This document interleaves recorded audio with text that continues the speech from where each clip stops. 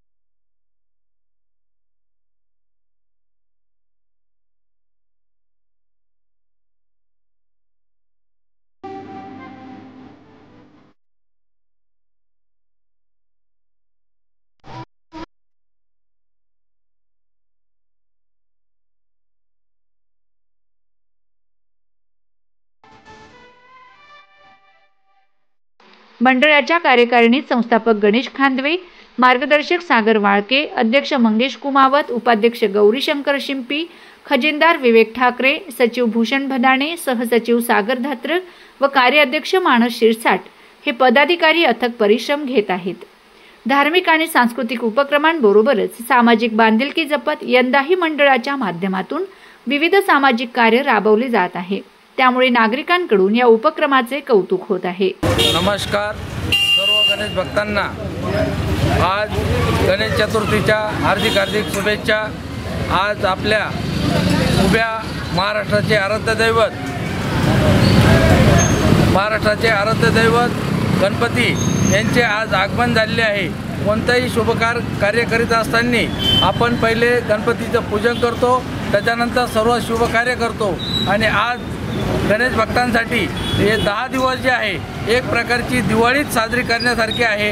तरी आज आपण स्वातंत्र्यवीर सावरकर कला व क्रीडा मंडळ यांच्यातर्फे आज साईबाबाची अनोखी दिवाळी आपण साजरी करत आहोत की जी दिवाळी तेलावर दिवे लागतात तर त्यांनी स्वतः चमत्कारिक असं पाण्यावर दिवे लावून दिवाळी साजरी केलेली हा देखावा सादर होणार आहे। तरी सर्व गणेश भक्तांना मी विनंती करतो का या देखाव्याचं सर्वांनी आस्वाद घ्यावा आणि सर्वांनी या देखाव्याला